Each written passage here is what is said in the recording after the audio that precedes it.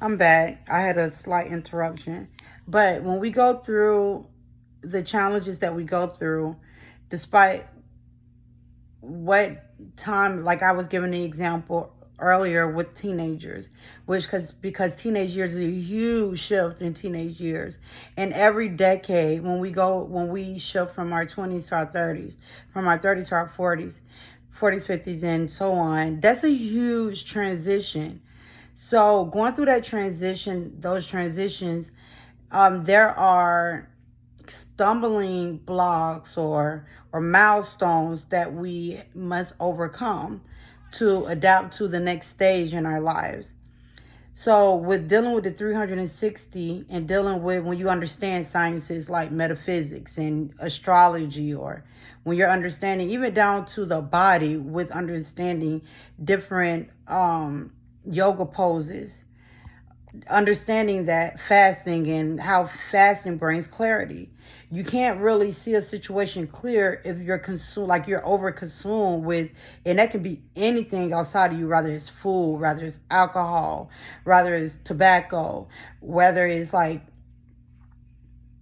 any substance, drug. It could be gambling, or it could just be rather you're not even home enough. You're ripping and running the streets constantly. You can be working too much, or you can be in a bed too much, or you can be doing anything too much that blocks a new perspective. And a new perspective brings a new way to see something. And this is what I was talking about when I came back, talking about the influences and how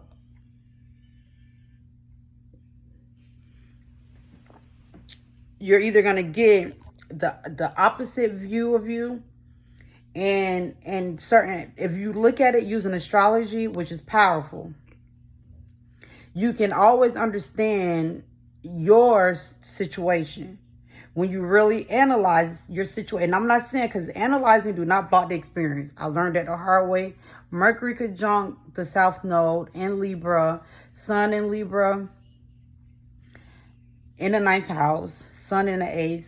Trust me, I know. You cannot outthink. You can't think through an experience. You go through the experience. However, you can always strategize on your life after you go through experiences.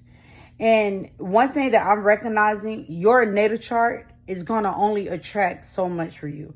Even when you're using your fire signs and you create a new vision and you're getting out of old ways of feeling about things, and you're detaching from your water situations, your past, your water houses, whatever you may have with your water signs going on.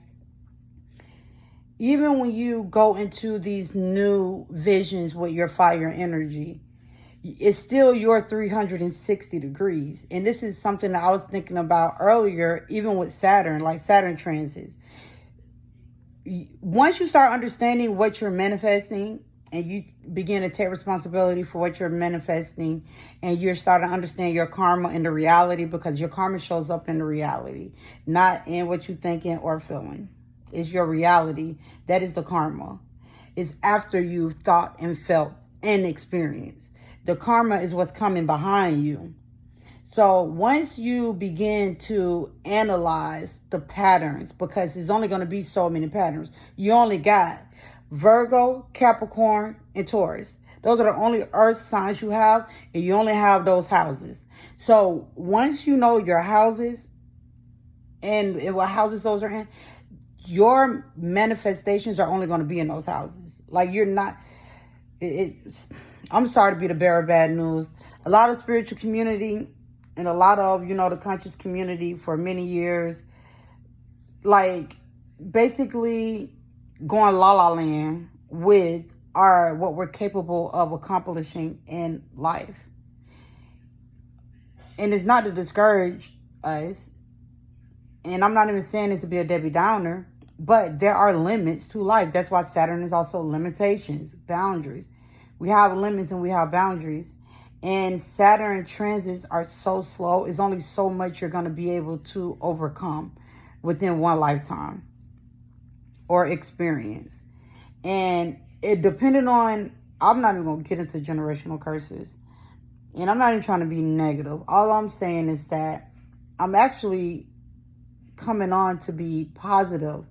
Because once you master your own energy and you take responsibility for your own energy, and then you start to go through the experiences with awareness, the good, the bad, everything, and you begin to strategize, because you shouldn't be making the same mistakes over and over. Once you become spiritually adept, and you become mature, and you know the knowledge, you understand metaphysics and what's going on in front of you and behind the scenes, and you understand yourself, where you come from, your history, your foundation, and then you understand the possibilities. Now, of course, you can reach beyond certain boundaries. You can. I'm not saying you can't. However, there are still limits. So once you begin to see these cycles of the limits that you're trying to reach beyond, but you recognize that there are things representing that, yeah, you're not passing this. And then you begin to say, you know what? Okay, so let me perfect where I am and slow down a bit and build from where I am. So I have the vision. I'm not going to like shortball myself or I'm not going to like shortchange myself. Shortball. I'm not going to shortchange myself. I have the vision. I got the ethic. And I understand what's there, on a practical sense, reality-wise, but I also understand my own grit, my internal, my emotions, the things that I can do as an individual to maneuver through, I'm not going to get into the planets. We'll get into another video about that.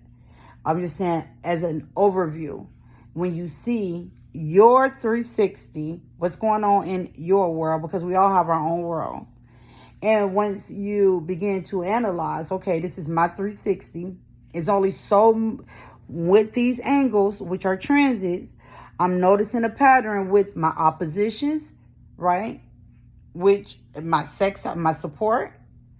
And I understand my challenges. And one thing that I always recognize when I go through challenges is that you will always have support. And this is one thing that negative people, and it don't matter how much you tell them, a negative person going to be a negative. You just know this. If you understand balance, you always have support. So don't be naive and ignore the negativity. No, you pay close attention to your haters, okay? But you always recognize and appreciate the support, baby. And you thank God all the time for your support. And you recognize, okay, the support, teamwork make the dream work.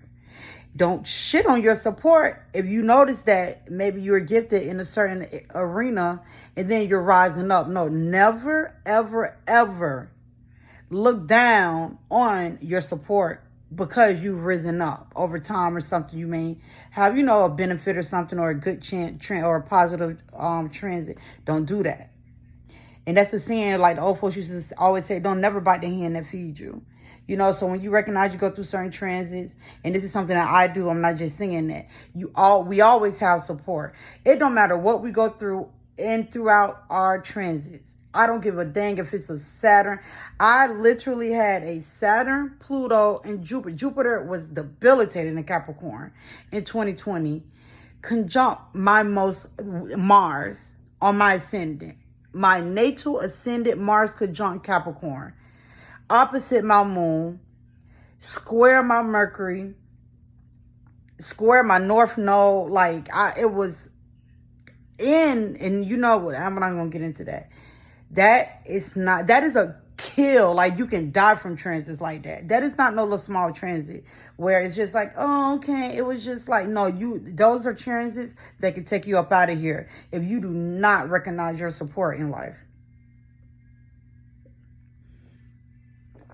You hear me? That is not a play transit on your ascendant, because your ascendant is your body. Is your personnel. Is your body. It's not all these other houses. Your ascendant is your body. I went through that take you up out of their trance, right? So this, I'm telling you from firsthand experience, that when you're going through harsh conditions, You got to recognize the support. I don't care what the circumstance is. I don't care if the support is a little support. I don't give a dang if you got a Chiron sextile and you got a stellium, because stelliums, y'all catch it the worst. I got to do a video about stelliums. When y'all have harsh transits and you have a stellium, oh my goodness.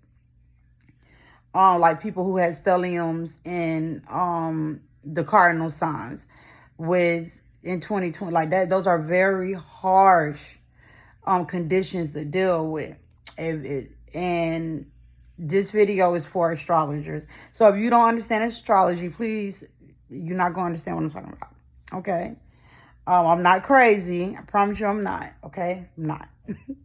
But it's really serious what I'm talking about. I already know, like, even for people who aren't really versed in astrology, this is the future. It is. This is Aquarian New Age knowledge. I'm so thankful that I was all right with being crazy. Since I was about 26 years old, I stood in the paint and I continued into my studies. I continued, studying to show myself approved. And eventually, once we study to show ourselves, time tells the Saturn too. So it's like, I just have to really express that no matter what you're going through or no matter what transit it is, you always recognize that you're going to always have sextiles and trines. And despite the oppositions, because the oppositions can get very heavy when you're dealing with certain elements and when you're dealing with certain planets. You got to be mentally aware to be appreciative and show gratitude to what's supporting you. And don't ever look down on where you come from. Look forward and look up. You know what I'm saying? Always have new visions. Always spark new. I'm a cardinal cross. So I'm always sparking new light. However, you always understand your foundation and what you're standing on. Because if you sparking all these visions and you're not founded, you're going to go berserk. And then everybody going to be calling you crazy. Bye, y'all.